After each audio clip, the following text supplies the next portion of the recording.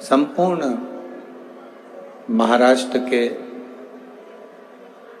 केवल महाराष्ट्र के ही नहीं, संपूर्ण देश के और विदेश में बैठे हुए सभी सनातन भाई बहनों को पुणे नगर के अष्टविनायक की लीलाओं का, कथा का स्मरण इस अष्टविनायक शिव महापुराण के माध्यम से मालूम पड़ा कि अष्टविनायक हैं क्या।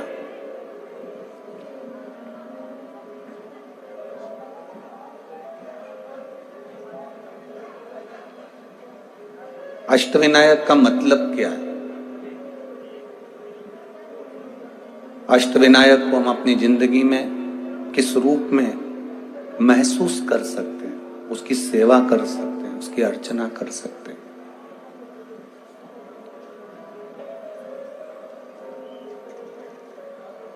भक्ति, पीछे की आवाज बढ़ाओ, यहां की आवाज नहीं, पीछे आवाज नहीं आ रही है। यहाँ की तो पहले जैसी थी वैसी कर दो, पर पीछे की बढ़ाओ। भक्ति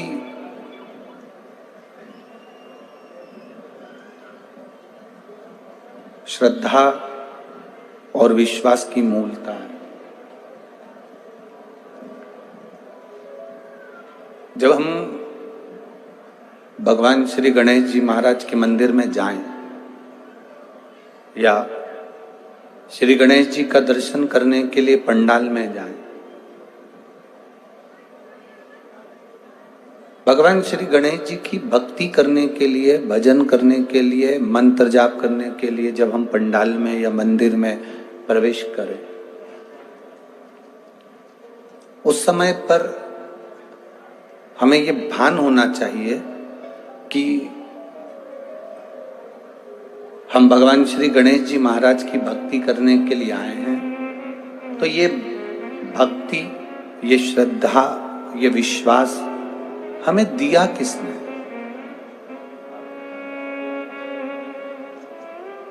अगर भगवान की भक्ति हमको दी है, भगवान के भजन हमको दिए हैं, विश्वास हमको दिया है, श्रद्धा हमको दी है,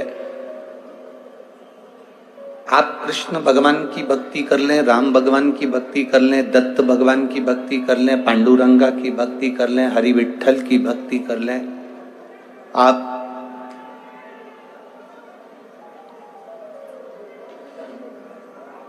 आपकी जहां मर्जी पड़े, आप जिस देवता की भक्ति करना चाहे करें।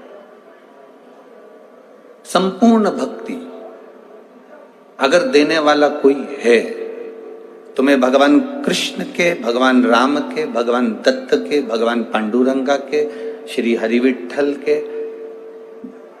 करीब में अगर कोई ले जाने वाला है तो वो मेरा देवाधिदेव महादेव ही है, मेरा शिव है।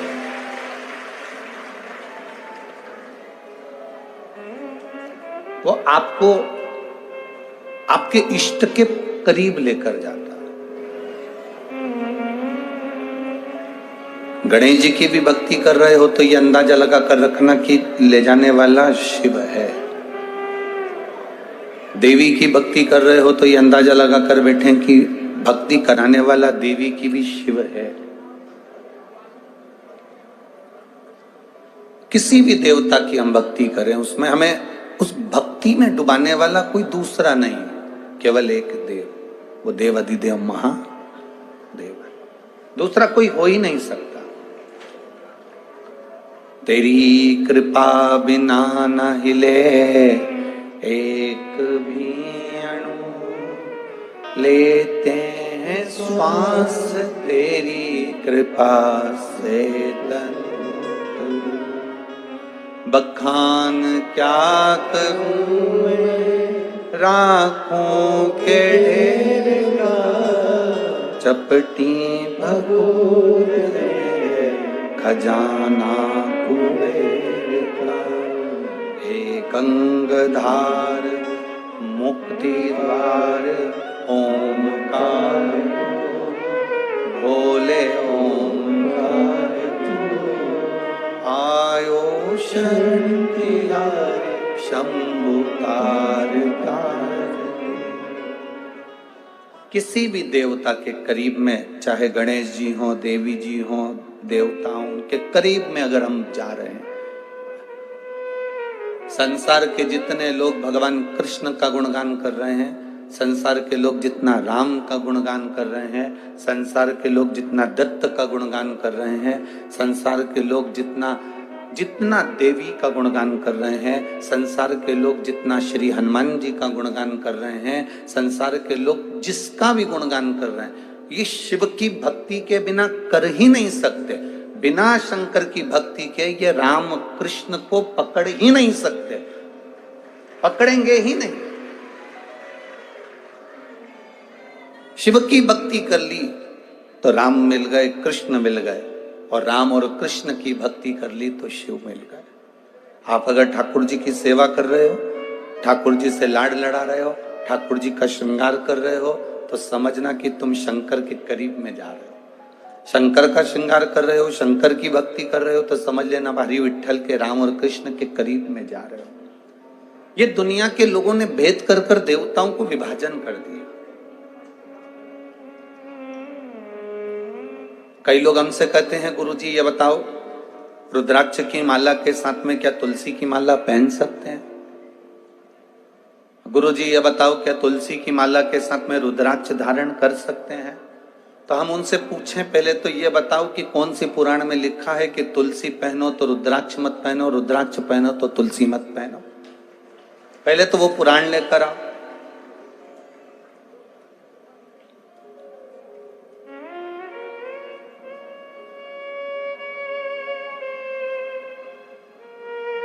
तुलसी की मंजरी मेरे शिव के अभिषेक में आती है। तुलसी की लकड़ी मेरे शंकर के अनुष्ठान में, पूजन में आती है। क्यों ना आएगी?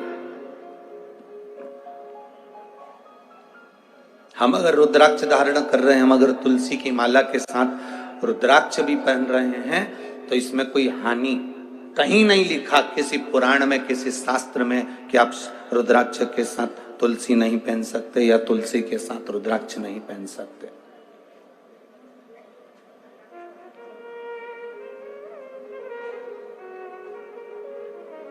तुलसी अगर हमको भगवान नारायण का चरण प्रदान कर रही है, तो रुद्राक्ष हमें विश्वास, भक्ति और रोग से मुक्ति कराकर भगवान के श्री चरणों तक श्रद्धा उत्पन्न कर रहा है।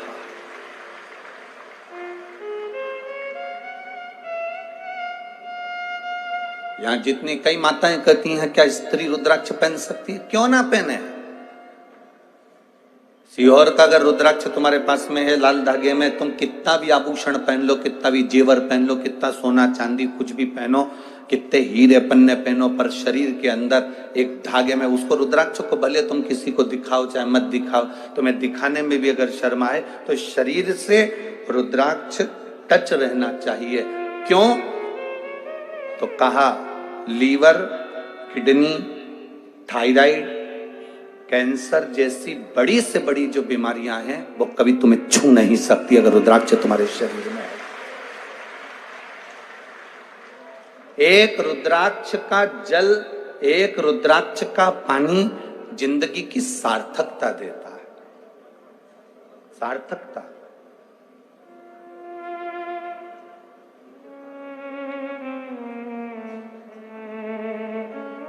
एक रुद्राक्ष का जल। आप जिस एक पत्र आया है,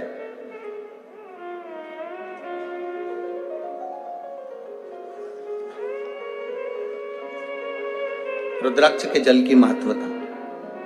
मेरा नाम खुशबू पवन अग्रवाल है। कहीं बैठी हो तो हाथ हिला सकती है।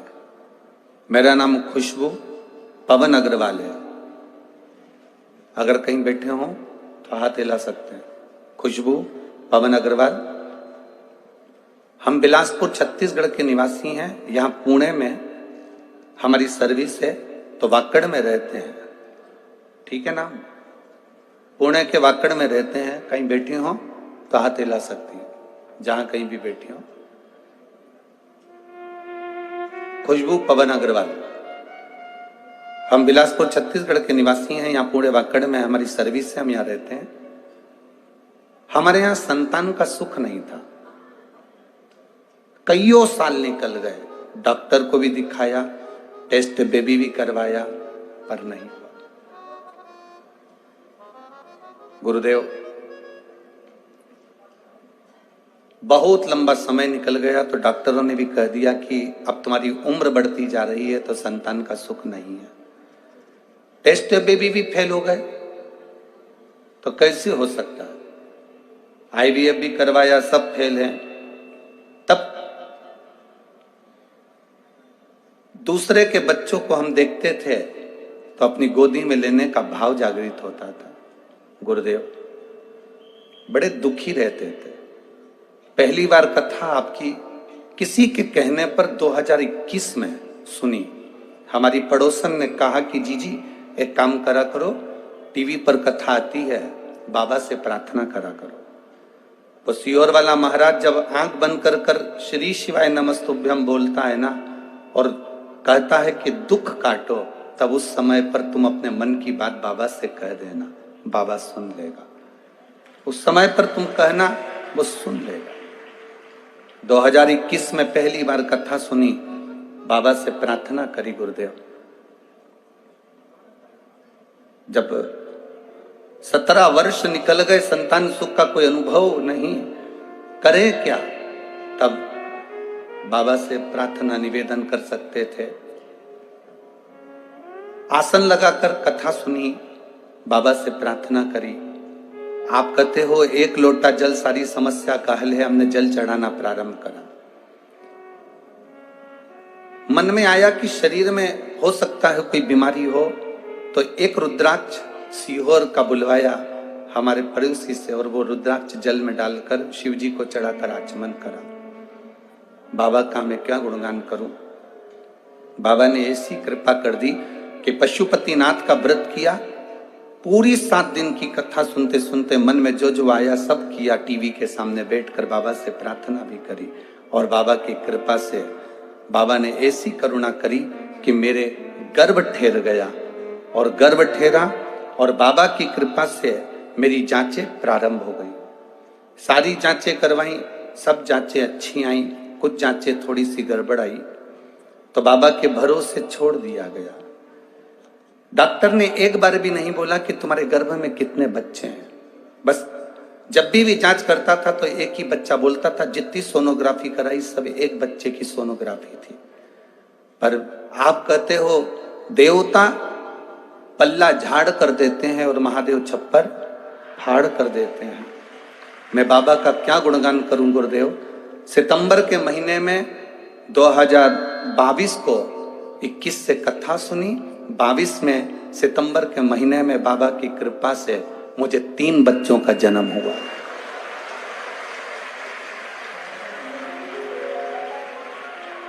तीन बच्चों का जन्म हुआ। डॉक्टर भी आश्चर्य में पड़ गया कि सोनोग्राफी में एक दिख रहा था पर जन्म में 3 हुए। मेरे तीनों बच्चे बाबा की कृपा से पूर्ण तरह से स्वस्थ हैं। एक लड़का 2 लड़की मेरे जन्मे हैं। मैं उनका फोटो भी लगा रही हूँ और बच्चों को लेकर कथा में भी आई हूँ। कहीं बैठी हो तो हाथ हिला सकती हैं। बच्चों का फोटो अगर कहीं बैठी हो तो बच्चों को लेकर आ सकती हैं यहाँ पंडाल में। इन तीनों बच्चों का फोटो आप टीवी पर देख सकते हैं।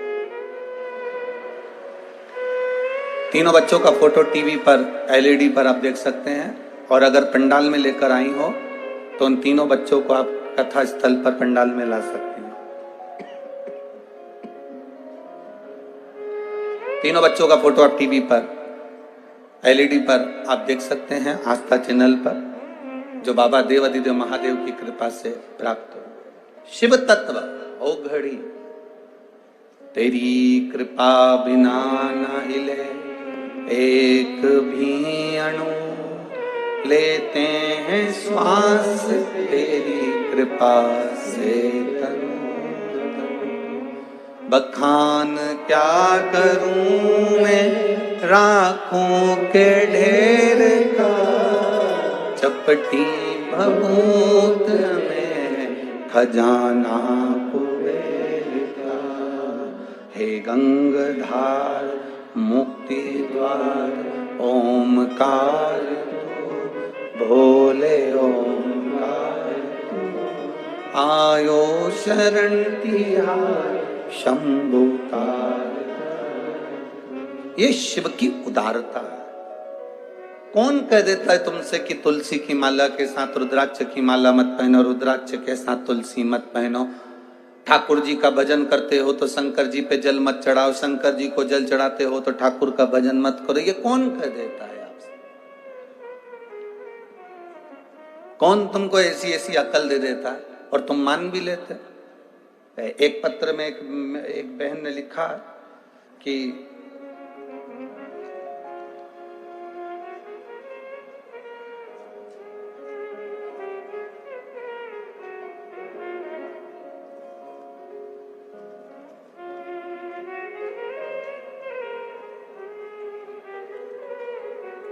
क्या उस पत्र में उन्होंने लिखा है, देखिए, मेरा नाम गायत्री तुकाराम पाटिल है, मैं जलगांव महाराष्ट्र से हूं, कहीं बैठी हो तो हाथ हिला सकती है। मेरा नाम गायत्री तुकाराम पाटिल है, मैं जलगांव महाराष्ट्र से हूं, कहीं बैठी हो तो हाथ हिला सकती है। इन्होंने पत्र में लिखा है, मेरा एक प्रश्न है गुरुजी आपसे।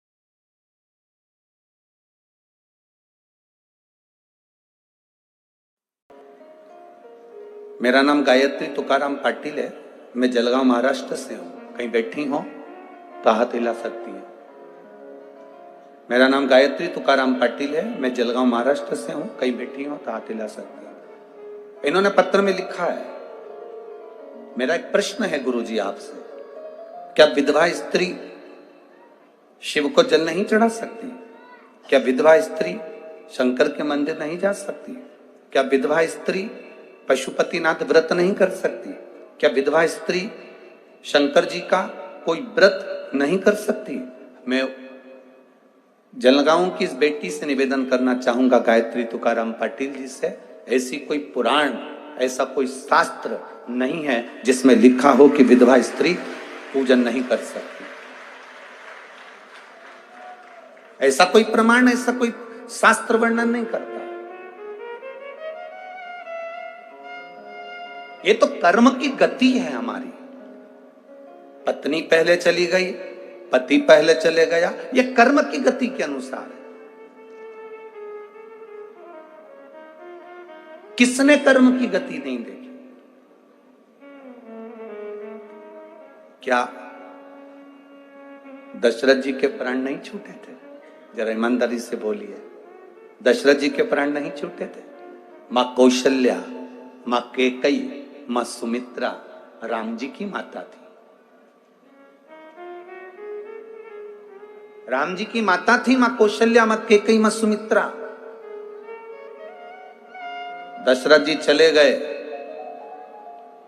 दशरथ जी के साथ बैठकर भी शंकर की आराधना करती थी। और राम जी वन चले गए, भरत जी कुटिया बनाकर रहने चले गए, शत्रुघ्न जी उनकी सेवा में चले गए, लक्ष्मण जी उनकी सेवा में चले गए। देवालय शिवालय घर में जो था उसकी आराधना माता कौशल्या, कैकेयी और सुमित्रा जी ने ही करी थी। और जब राघव जी आ गए, अयोध्या का राज्य स्थापित हो गया, राम राज्य स्थापित हो गया। मेरे राम जी जब अयोध्या में आकर विराजमान हो गए, तब मेरे राम जब जब माता सीता के साथ में पूजन करने बैठते थे तो अपनी तीनों माताओं को साथ बिठाकर पूजन करवाते थे महादेव की। मेरे शंकर भगवान की आराधना तीनों माताओं को साथ बिठाकर करवाते। कौन शास्त्र कह रहा है कि वेदव्य नारी पूजन नहीं कर सकती? कौन शास्त्र कह रहा है? ये तो दुनिया ने अपने अपने एक नियम बना दिया, उसूल बना दिया। ये हम नहीं मान सकते इसको। मेरा शंकर नहीं मानता, मेरा उगरदानी नहीं मानता। क्यों नहीं मानता? क्योंकि पार्वती जी भी एक जगह पर बेधव्य बनी है, विधवा बनी है।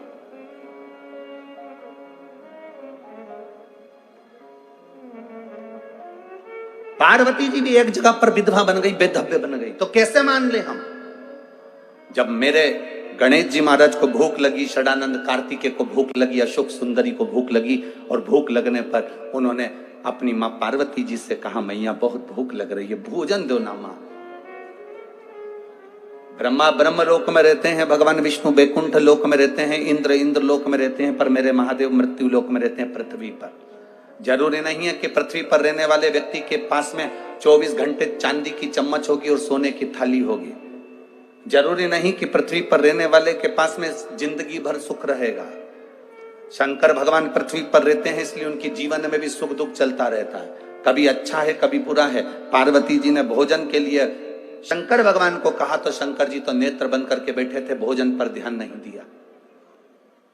बच्चे भूख से बिलख रहे थे, क्रोध आ गया मेरी माता को, मेरा बच्चा भूख से बिलख रहा है, मेरे स्तनों में दूध भी नहीं आ रहा, नहीं तो मेरे बच्चों को पिला देती। अब बच्चों को स्तनों में दूध कब आए? जब मेरे पति मेरे पर दृष्टि दे गए। अब करूं क्या? पति तो मौन होकर तप साधना में लीन थे। बच्चों को भूख से बिलखती हुई देखकर मां पार्वती जी ने शंकर भगवान को उठाया और निकल गई। शिवजी को निकल गई मां, और पार्वती जब शंकर भगवान को निकल गई, चारों तरफ हाहाकार मच गया कि भोलेनाथ ना जाने कहां है। सबने माता पार्वती जी की स्तुति करी। तब शंकर भगवान को प्रकट करने के लिए पार्वती जी ने अपने शरीर से धुआं प्रकट करा। धुआं प्रकट करा तो शिव जी का नाम ध्रुमबान हो गया और पार्वती का नाम ध्रुमावती माता हो गया। पार्वती का नाम, माता जगतजननी का नाम ध्रुमावती माता हो गया। शिव जी ने कह दिया, पार्वती थोड़ी देर के लिए तुम्हारे पति तुम्हारे बीच में से चले गए थे, इसलिए तुम विधवा होगी, बेधव्य कहलाओगी। ध्रुमावती की मूर्ति आज भी बिना श्रृंगार के, बिना मंगलसूत्र के, बिना चूड़ी के, बिना मांग में सिंदूर के, बिना मंगलसूत्र के कोई लाल साड़ी माता को नहीं पहनाई जाती, पांव में बिछुड़ी नहीं पहनाई जाती, गले में मंगलसूत्र नहीं बांधा जाता, माथे पे बिंदी नहीं रहती, मांग में सिंदूर नहीं रहता ध्रुमावती माता के। कभी अगर आप दतिया जाएं तो ध्रुमावती माता की दर्शन कर सकते हैं। कभी आप जबलपुर के पास में जाएं धूमा गांव, तो मां धूमावती माता का दर्शन कर सकते हैं। धूमावती माता, तुम अपने पति को थोड़े समय के लिए निगल गई थी तो तुम बेधव्य स्वरूप में आ गई। पर ध्रुमावती, शिवजी कहते हैं, ध्रुमावती तूने अपने बच्चों के कल्याण के लिए मुझे निगला था, इसलिए मैं तुझे वर देता हूं, तेरा दर्शन करने वाला दुनिया में कभी हार नहीं सकता, विजय प्राप्त करता है। भारत की भूमि के जितने राजनेता हैं, भारत की भूमि के जितने सत्ताधिपति हैं, भारत की भूमि पर जितने जितने ये राजनेता होते हैं, ये कहीं ना कहीं जब विजय प्राप्त करना होती है तो ध्रुमावती माता का स्मरण करते हैं। पीताम्बर पीठ जाते हैं, दतिया जाते हैं, ध्रुमावती माता के यहाँ जबलपुर पहुंच जाते हैं, धूमा गांव। तो अपने बच्चों के लिए मुझे निकल गई थी, अपने बच्चों का कल्याण करने के लिए।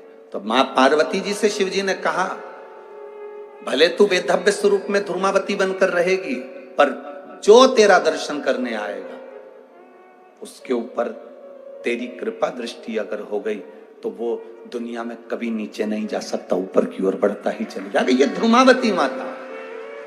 तो मेरी बहन से गायत्री तुकाराम पाटिल जी से मेरा निवेदन है, कौन कह सकता है कि वेधव्य नारी शिव का जल नहीं चढ़ा सकती, या शिव उपासना नहीं कर सकती, या शंकर का भजन नहीं कर सकती? ये कर्मगति है साहब। पत्नी पहले गई या पति पहले गया, ये कर्मगति के अनुसार है।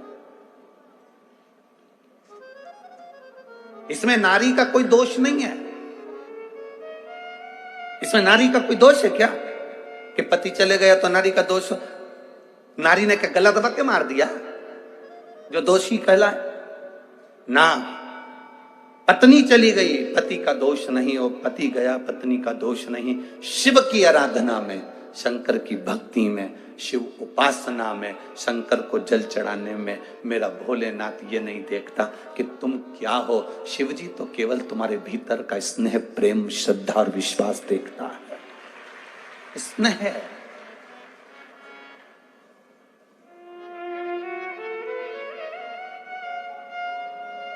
ये लोगों ने भ्रम पैदा कर दिया, ये लोगों ने भ्रांतियां पैदा कर दी हमारे देवताओं के प्रति। सनातन धर्म को तोड़ने के लिए ये सारी लीलाएं करी जाती है कि विधवा स्त्री मंदिर ना जाए। सनातन धर्म को तोड़ने के लिए लोग कहते हैं भगवान को अगरबत्ती मत लगाओ, अगरबत्ती में बांस होता है।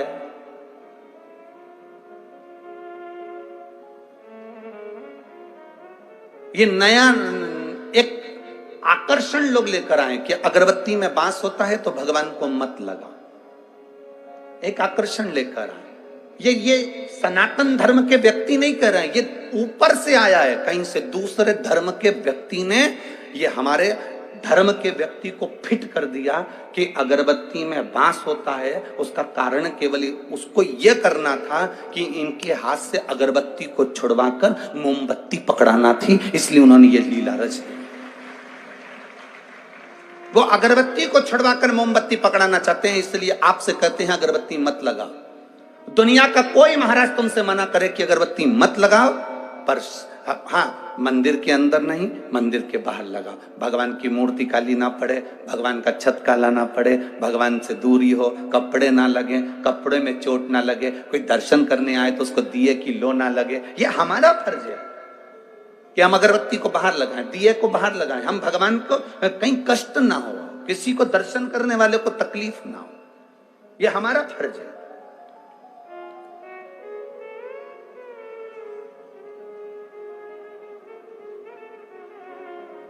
कह दिया साहब कि वो अगरबत्ती में बांस होता है,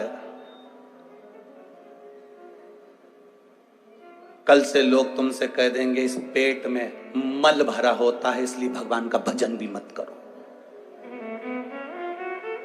अगरबत्ती में बांस होता है इसलिए अगरबत्ती मत लगाओ, और पेट में मल भरा होता है। ऐसा कोई मनुष्य है जिसके पेट में गंदगी नहीं भरी?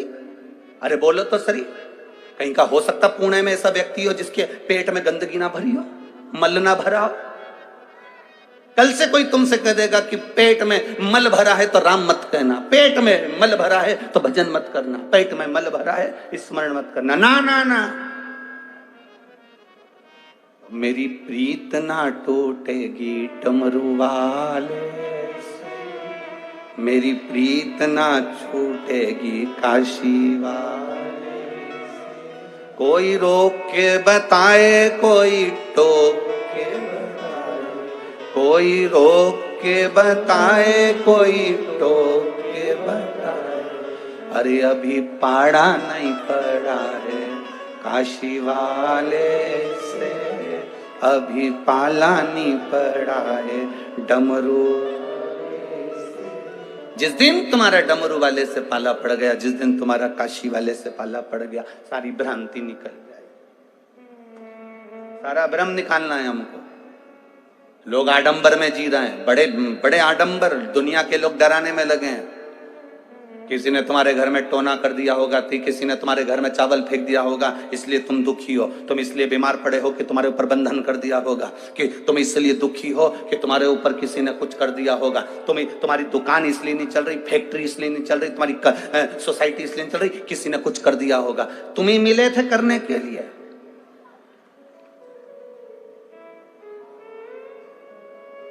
अगर दुनिया के लोग अगर ये तंत्र मंत्र से काम करते होते तो सबसे पहले मोदी कोई,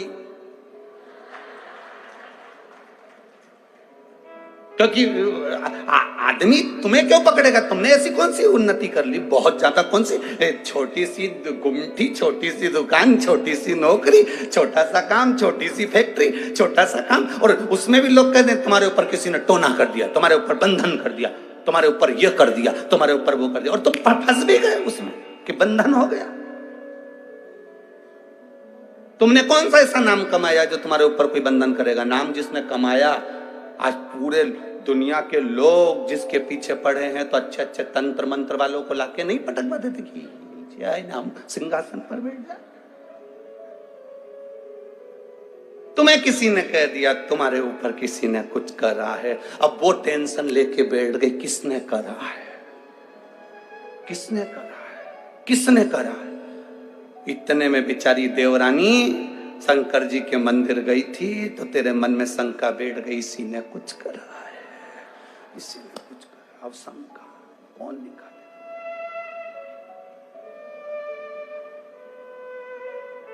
कौन निकाले शंका?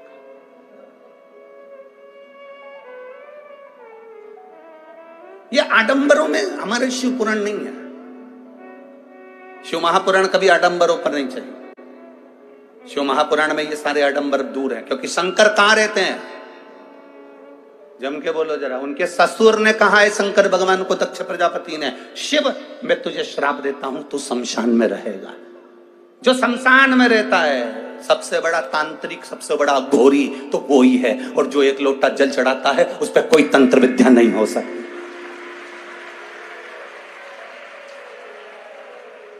जो शिव जी को एक लोटा जल चढ़ाता है उस पर कभी तंत्र विद्या नहीं हो सकती, कोई मंत्र की विद्या नहीं हो सकती, उस पर कोई अघोर विद्या नहीं हो सकती, क्योंकि वो तो खुद उसके ससुर ने, भगवान देवादिदेव महादेव के ससुर ने कहा शंकर मैं तुझे श्राप देता हूं, तू शमशान में निवास करेगा।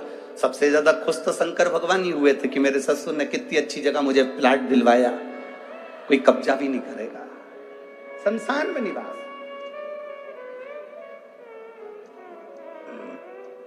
और शंकर के भक्त होकर कभी मत सोचना कि किसी ने तुम्हारे ऊपर विद्या कर दी, किसी ने तुम्हारे को ऐसा कर दिया, तुम्हारी दुकान नीचे कर दी। ना ना ना, ये तो हमारी कर्म की गति है। जैसे धूप आती है फिर छांव आती है, थोड़ी देर कथा अच्छी चलती है, थोड़ी देर बाद पानी आता है, फिर ठीक हो जाता है, धूप आ जाती है, फिर थोड़ी देर बाद छांव आ जाती है, फिर थोड़ी देर बाद फिर पानी आ जाता है।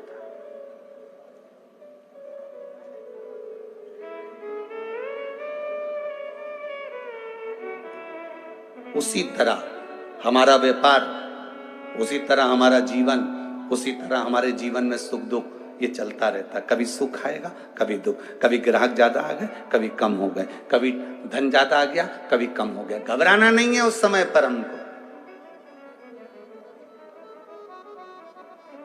तेरे मंदिर में आना मेरा काम है और मेरी बिगड़ी बनाना तेरा काम है।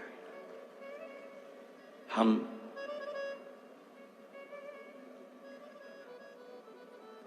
मोबाइल पर बैठकर दूसरे से पूछते रहते हैं, हेलो, हाय, कैसे हो। हम मोबाइल पर बैठकर पूछ रहे हैं।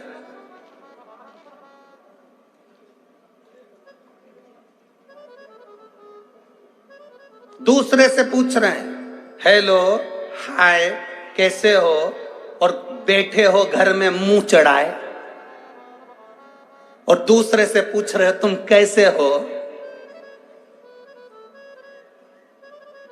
तो अंदर से चाय बनाते बनाते जगदम्बा भी बोल दी, पहले खुद को देख लो। दूसरे से पूछ रहे कैसे हो।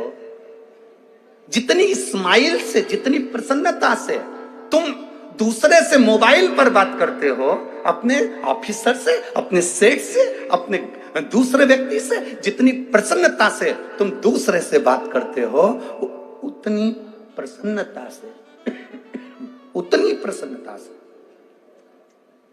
तुम अपने घर में मां से, अपने पिता से, अपने भाई से, अपने सखा से, और अपनी पत्नी से, और अपने बच्चों से क्यों नहीं करते हो। जितनी प्रसन्नता तुम दूसरे को दिखाते हो, उतनी प्रसन्नता तुम्हारी घर में भी होना चाहिए।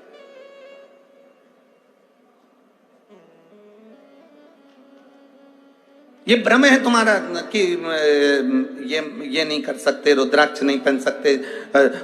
ये तो दुनिया की पहले से रीति रही है।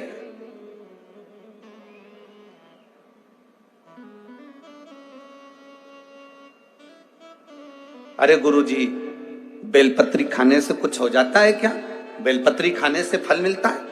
हम पेड़ से तोड़कर बेलपत्री खाएं तो उसका फल मिलेगा? हमने ये नहीं कहा कि पेड़ से तोड़कर बेलपत्री खाना, हमने कहा है शंकर भगवान पर चढ़ाकर फिर खाना। बोलो सही है कि गलत है? बोला कि नहीं बोला? तो उसमें क्या अंतर है कि पेड़ से तोड़ के खा लो चाहे भगवान पे चढ़ा के खा लो? हमने कहा बहुत अंतर है। तुम्हारे घर पर जाना और आटा सेकना, गेहूं का आटा सेक के उसका सीरा बना लेना या उसकी पंजेरी बना लेना। वो सीरा पंजेरी बनाकर सत्यनारायण भगवान के सामने रख देना और एक कटोरी पंजेरी अलग रख देना। जो तुमने भगवान के सामने भोग में रखी है उस पंजेरी को खाकर देखना। जो तुमने दूध, दही, शहद, शक्कर मिलाया, पंचामृत बनाया, उस पंचामृत को भगवान सत्यनारायण के सामने रख दो और पंचामृत अलग से बनाकर खाओ। अलग से बनाकर जो खाओगे उसमें स्वाद नहीं आएगा, जो भगवान के सामने पहुंच गया उसमें स्वाद बढ़ जाएगा। और भी जाने दो, तुम तो इसको भी जाने दो, कभी और प्रैक्टिकल करना। गणेश जी के भंडारे हो, देवी जी के भंडारे हों, इधर नवरात्रे में भंडारे वगैरह होते होंगे मंदिर वगैरह में, गणेश जी के भंडारे, देवी जी के भंडारे हों, या तुम्हारे यहां पर दिवाली के बाद में अन्नकूट हो, या दीपावली के बाद काले का प्रसाद, अन्नकूट हो तुम्हारे यहां दीपावली के बाद में। अब वो अन्नकूट के प्रसाद में नमक है कि नहीं पता नहीं, मिर्ची है कि नहीं पता नहीं, इतनी मोटी मोटी पूड़ी और आलू की सब्जी, भंडारे में जो भोजन बनता है वो भोजन, वो कद्दू की सब्जी, वो काशी फल की सब्जी तुम्हारे घर में बनाकर खाना, वो मिक्स वेज सब्जी तुम्हारे घर में बनाकर खाना, उसमें स्वाद नहीं आएगा जो भगवान के भंडारे की सब्जी में स्वाद आएगा। स्वाद हट गया क्योंकि वो भगवान का प्रसाद बन गया। बेलपत्री पेड़ पे से तोड़कर खाओगे उसमें अंतर है, और भगवान को समर्पित कर कर खाओगे। एक पत्र आया है देखिए,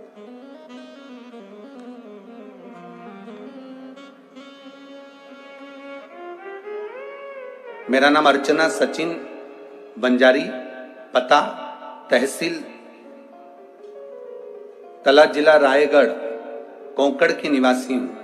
कहीं बैठी हो तो हाथ हिला सकती है, कहीं बैठे हो तो हाथ हिला सकते हैं। मैं एक लोटे जल का क्या वर्णन करूं गुरुदेव। मेरे पति को 10 साल से किडनी में स्टोन थी, और एक स्टोन 15 mm की और दूसरी स्टोन 6 mm की थी। डॉक्टर ने कहा था इसका ऑपरेशन जरूरी है क्योंकि किडनी बेकार होती चली जा रही है। करूं क्या। कहीं बैठी हो तो हाथ हिला सकती हैं, जहां कहीं बैठी हो हाथ हिला सकती हैं। अब करें क्या। डॉक्टर ने ऑपरेशन की तारीख निकाल दी गुरुदेव। हमने डॉक्टर से कहा कि हम थोड़ा रुक जाओ फिर हम ऑपरेशन करा लेंगे। अब डॉक्टर ने ऑपरेशन की तारीख निकाली, हम वापिस आ गए, और वापिस आकर पुणे में हमारी बहन यहां रहती है सांगवी में, यहां पर हमारी बहन का निवास है। उसने कहा कि 1 लोटा जल चढ़ाया कर जीजी, 1 लोटा जल चढ़ाकर वो पानी तेरे पति को पिलाया कर। शिव जी के मंदिर पर अगर चढ़ी हुई बेलपत्र मिल जाए तो उसको लियाया कर और तेरे पति को खिलाया कर। ऑपरेशन के पहले एक बार प्रयोग तो कर। वो सीहोर वाला महाराज कथा में कहता है सारी समस्या का हल 1 लोटा जल है और बेलपत्री सारी औषधि है, तो तू वो शिव जी पे चढ़ी हुई औषधि खिला। अरे बहन, उसके किडनी के पास में एक 6 mm की, एक 15 mm की पथरी है, स्टोन है। डॉक्टर बोल रहा है उससे किडनी बेकार होती चली जा रही है, ऑपरेशन जल्दी कराना। उसने कहा तू थोड़े दिन कर तो सही। हम बाबा का क्या गुणगान करे गुरुदेव।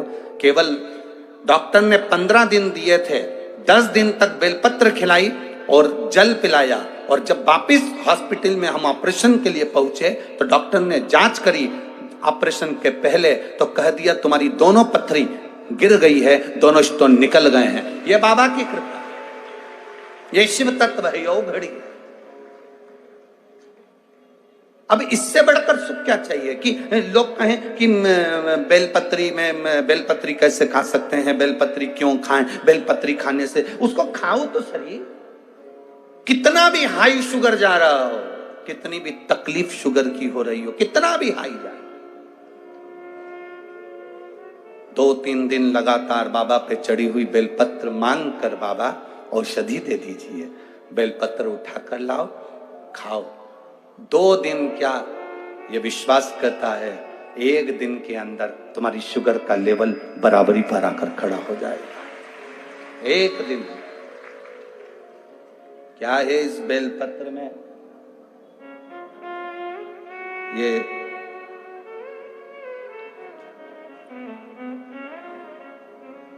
इस बेलपत्र में ऐसा क्या होता है कि जो इतनी औषधि का कार्य कर जाता है। कभी हृदय से, दिल से इस बेलपत्र को कभी भाव से, कई लोग खाते हैं तो उनके मुंह में झाड़ झाड़ हो जाता है, किसी को छाले भी आ जाते हैं। नहीं खा सकते तो उसको चूरा कर कर, गोली बनाकर या चूर्ण कर कर बाद में पानी से पाओ, पर पाओ।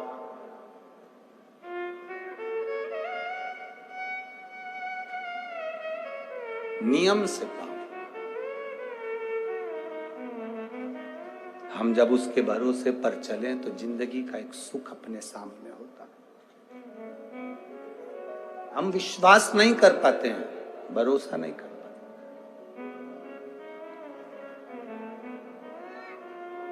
वो अग्रवाल परिवार की बहन से पूछना उसके पत्र में लिखा है कि डॉक्टर जब भी बोले तो केवल सोनोग्राफी में एक बच्चे का बोला, पर एक भी बार डॉक्टर ने नहीं कहा कि तुम्हारे 3 बच्चे हैं या 2 बच्चे।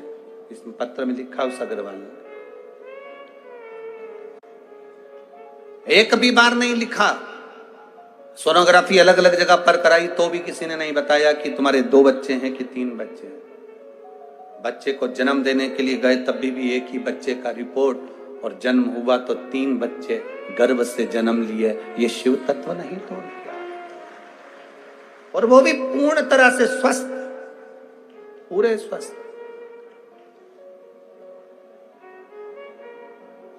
उसमें लिखा उन्होंने केवल एक रुद्राक्ष का जल, बहुत प्रबल, एक रुद्राक्ष।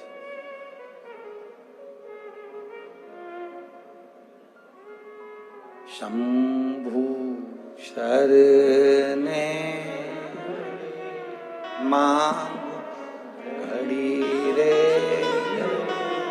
दुख का दया करी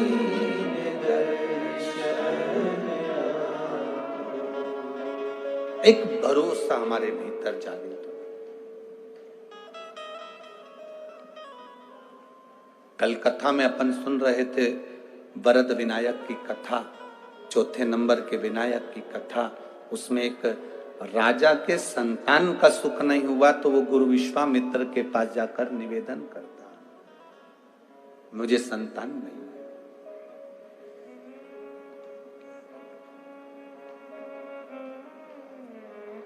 असली गुरु के पास अगर पहुंचे हो तो तुम्हें बोलने की भी जरूरत नहीं पड़ती कि मुझे ये दुख है। बस एक बार गुरु जी से आपके नेत्र मिल जाएं और गुरु की दृष्टि केवल एक बार आप पर पड़ जाए तो बोलना नहीं पड़ता कि दुख मुझे ये है, अपने आप दुख कट जाता है। असली गुरु की अगर शरणागति में गए हो तो। अब नकली तो बहुत पड़े हैं, बहुत। असली गुरु की शरणागति में गए।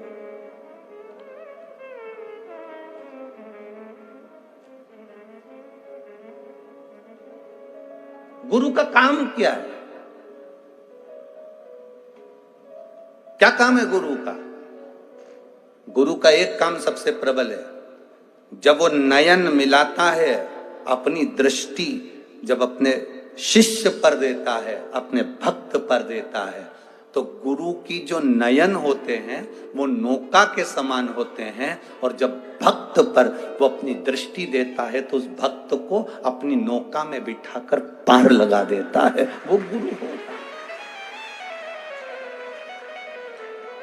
असली गुरु की शरण में जाओ तो कुछ मांगो ना मांगो, बस उसकी दृष्टि पड़ जाए। और गुरु का काम भी ऐसा, वो देखता ही नहीं है, बड़ी मुश्किल से देखेगा, जब देखेगा भी वो देखे ही नहीं। गुरु की शरणागति बड़ी प्रबल। विश्वामित्र बाबा के सामने जाकर राजा ने कह दिया मेरे घर में संतान नहीं है। विश्वामित्र जी ने कहा कि तुम्हारे घर में औलाद नहीं है, ये तुम्हारे पूर्व समय के कर्म का भोग है जो तुम्हें भोगना है। नहीं, मैंने सुना है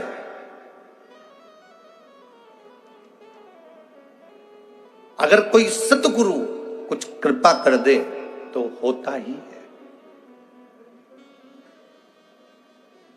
देवता का काम है तुम्हारे भाग्य को लिखना, शिवजी का काम है तुम्हारे भाग्य को बदल देना, पर शंकर के पास भेजने का काम है किसी सतगुरु का जो तुम्हें उसके दरवाजे तक भेजे। तुम्हारी पड़ोसन अगर तुमसे कह रही है कि एक बार पशुपति व्रत कर लो ये काम हो जाएगा, एक बार तुम भगवान का भजन कर लो हो सकता है, तुम एक बार मंदिर जाना चालू करो शंकर जी के, तुम्हारी पड़ोसन अगर शिव जी के पास भेज रही है तो समझ लो कोई गुरु ही है जो तुम्हें शंकर के पास भेज रहा है। विधाता का काम है तुम्हारा भाग्य लिखना, शंकर जी का काम है तुम्हारा भाग्य बदलना, पर शंकर जी तक पहुंचाने का काम कोई सदगुरु ही कर सकता है। तुम्हारी पड़ोसन कह दे कि चले जाओ तो समझ लेना कि कोई शिव तत्व की प्राप्ति हुई है। एक पत्र आया है, देखिए उसमें लिखा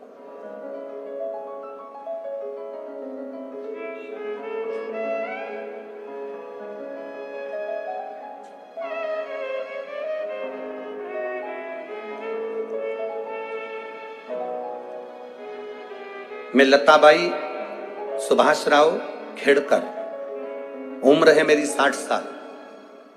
कहीं बैठी हो तो हाथ हिला सकती है। मैं लताबाई सुभाष राव खेड़कर, उम्र 60 साल, गांव शिरूर लाजबंद की ताजबंद, तुम समझ लेना, ठीक है। तालुका अहमदपुर, जिला लातूर, महाराष्ट्र की रहने वाली। कहीं बैठी है? हाथ हिला दो एक बार। हाँ ठीक है, दिख गए। एक बार वापिस हाथ हिला दीजिए। श्री शिवाय नमस्तुभ्यम। ठीक है, ठीक है। मेरे पति पीडब्ल्यूडी में सरकारी कर्मचारी थे, उनका निधन हो गया। 10 अक्टूबर 2006 को मेरे पति चले गए। कौन से सन में गए? 2006 में। गुरुजी, बड़ी कठिनाइयों की जिंदगी चालू हो गई। मेरा बड़ा बेटा, मेरे पति जो गए, उनके निधन के बाद उनकी नौकरी के लिए अप्लाई करता रहा, पर उसको नौकरी नहीं मिली। अब 2006 में गया, 2023 चल रहा है।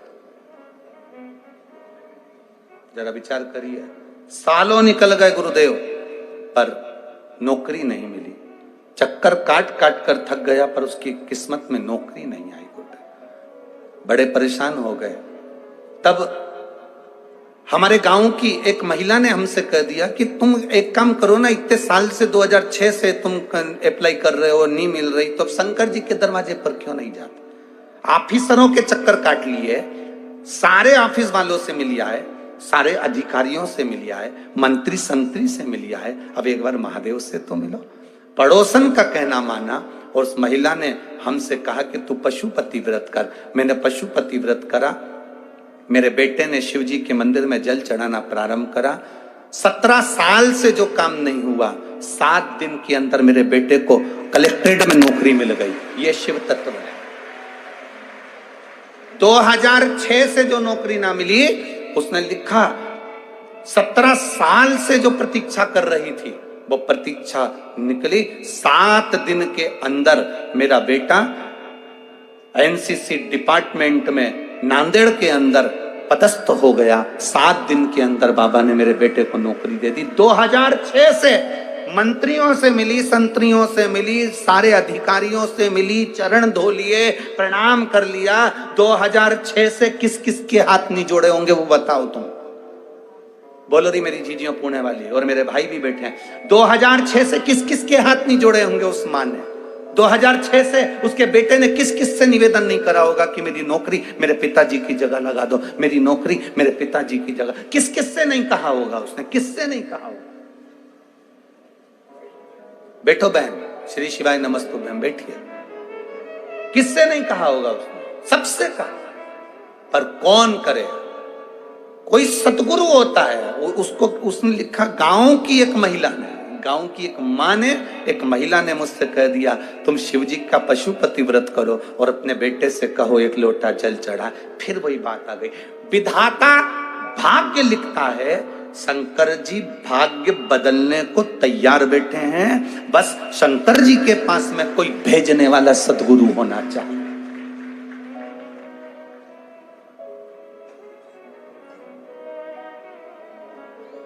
आज लोग हमसे कहते हैं गुरुजी तुमने कई लोगों की, बहुत लोगों की दुकानदारी बंद कर दी। हम किसी की दुकानदारी बंद करने के लिए इस व्यासपीठ पर नहीं बैठे हैं। हमारा तो केवल एक काम है, ये शरीर मेरे महादेव ने अगर दिया है तो आपसे बस इतना कह सकते हैं कि महादेव की शरणागति लेओगे तो दूसरे के हाथ जोड़ना नहीं पड़ेगा।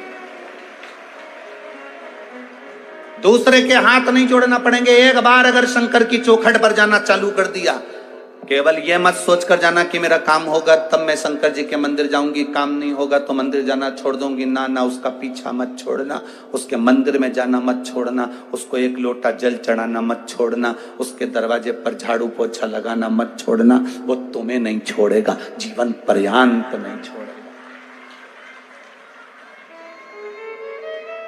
ये शिव तत्व है। शंभु शंकर ओघड़ी है वो।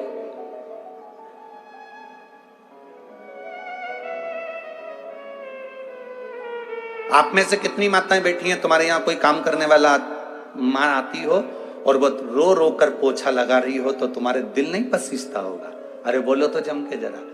कोई रो रो के बर्तन मांज रहा हो, तुम्हारा दिल नहीं पसीजेगा? कोई रो रो के कपड़ा धो रहा हो, तुम्हारे घर के बच्चों को संभाल रही है, रो रो के खूब दुखी है, खूब दुखी, तो घर की जो सेठानी होती है वो पूछ लेती है, आई इधर आओ जरा, आई इधर आओ, क्यों रो रही हो, क्या हो गया?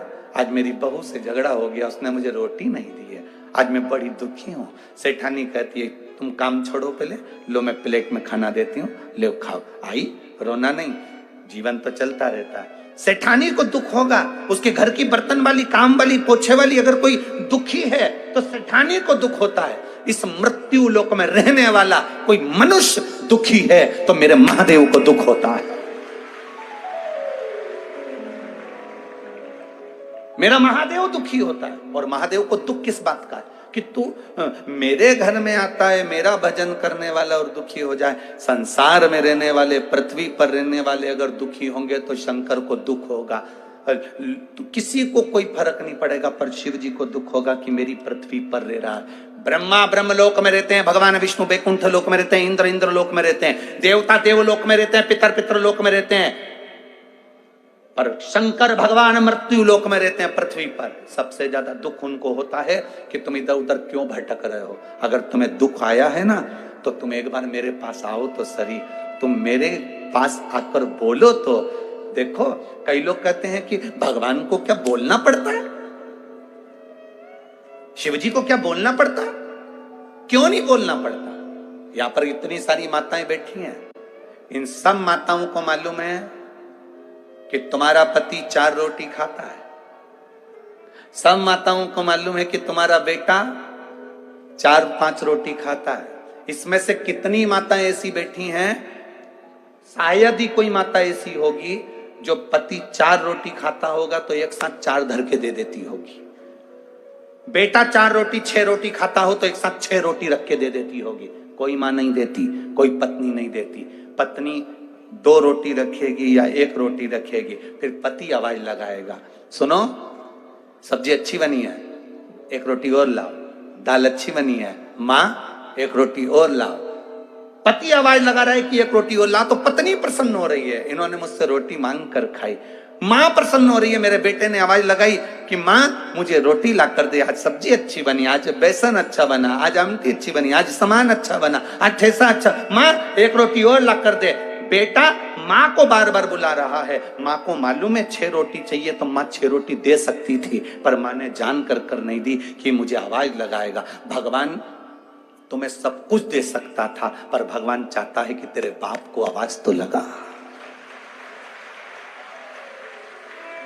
सब कुछ देने की सामर्थ्यता परमात्मा में है, सब कुछ प्रदान करने की सामर्थ्यता भोलेनाथ में है, सब कुछ लुटाने की सामर्थ्यता मेरे शंकर में है, सब कुछ दे सकता है। पर भोलेनाथ कहते हैं मैं बाप हूं, और बेटा जब बड़ा हो जाता है, नौकरी करने लगता है, और नौकरी के बाद भी पापा से कहता है पापा मुझे लैपटॉप लेना है, पापा खुश होते हैं कि ये खुद भी ला सकता था पर मुझे लेकर जा रहा है, मुझसे कह रहा है, प्रसन्न होता है बाप की प्रसन्नता। पैसा किसका? बेटे का। सामान किसका? बेटे का। पर बाप से कह रहा है पापा मुझे लैपटॉप लेना, पापा मुझे गाड़ी लेना, पापा मुझे ये सामान लेना है। ला सकता है, सब कुछ ला सकता है, पर बोला क्यों है? क्योंकि उसको महान बनाना।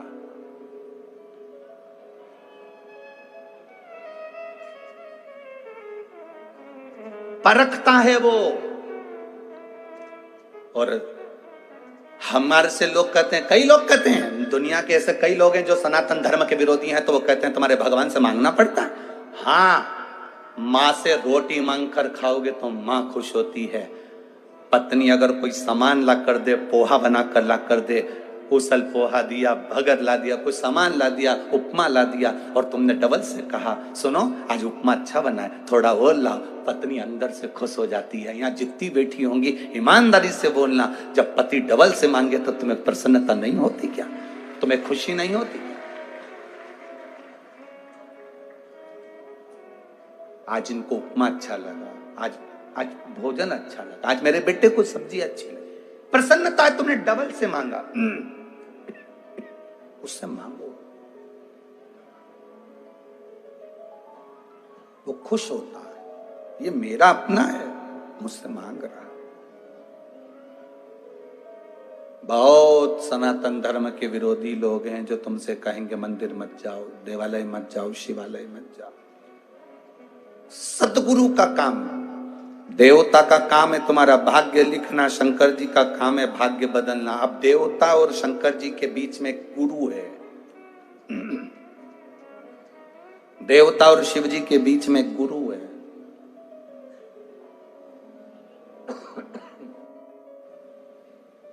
और देवता और शिव जी के बीच में जो गुरु है, बस वो गुरु का कहना अगर तुमने मान लिया। और शंकर जी की ये पत्र में लिखा कि वो, इसमें लिखा कि गांव की महिला कर रही है कि शिव जी के मंदिर जा।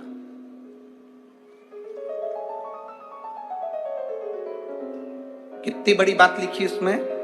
गांव की महिला ने कहा तूने मंत्रालय के चक्कर काट लिए है, कलेक्टर ऑफिस के चक्कर काट लिए है, अब तू एक बार महादेव के चक्कर काट कर देख ले। ये यहाँ ये दिखाना जरा है, जरा दिखाओ इसको, जरा ले लाइन जरूर दिखाओ। मंत्रालय के चक्कर काट लिए, पढ़ो आप आस्था चैनल पर इस लाइन को भी पढ़ो कि उस लाइन में उसने महिला ने बोला क्या। मंत्रालय कलेक्टर ऑफिस के इतने चक्कर काटे, अब महादेव के चक्कर काट। ये लिखा मंत्रालय कलेक्टर ऑफिस, पढ़ो आप एलईडी पर आस्था चैनल पर। इतने चक्कर काटे आपने, मंत्रालय कलेक्टर ऑफिस के इतने चक्कर काटे, अब बाबा देवादिदेव महादेव के चक्कर काट कर देख। 7 दिन नहीं हुआ और देवादिदेव, क्यों? विधाता ने जो लिखा और शंकर भगवान उस भाग्य को पलटने की जवाबदारी रखते हैं, उसके बीच में जो है वो गुरु है। और गुरु आपको कभी ये नहीं कहेगा कि तुम मेरे करीब में आओ, मेरे पास आओ। असली गुरु अगर होगा तो तुमसे दूरी बनाएगा और तुम्हें शंकर तक पहुंचा देगा। वो असली गुरु मिल जाए। असली गुरु कभी तुम्हें अपने करीब नहीं आने देगा, कभी भी। उसके भजन में विघ्न होता है, उसके भजन में विघ्न होता है। हमसे लोग कहते हैं गुरुजी, बहुत सारे महाराज ऑनलाइन आते हैं, बहुत सारे महाराज ऑनलाइन आके अपने अपने प्रवचन देते हैं, बहुत सारे महाराज जब देखो जब मोबाइल पर ऑनलाइन आकर कुछ ना कुछ बोलते हैं, तुम भी तो आया करो। हमने कहा बहुत सारे महाराज आते हैं तो हमको आने की क्या जरूरत है, हम तो उनके चरणों के दास हैं, उनके चरण की रज मिल जाए, इससे बड़ा उनका रूप क्या चाहिए। गुरु असली तुमसे दूरी बनाएगा, असली गुरु तुमसे दूरी बनाएगा।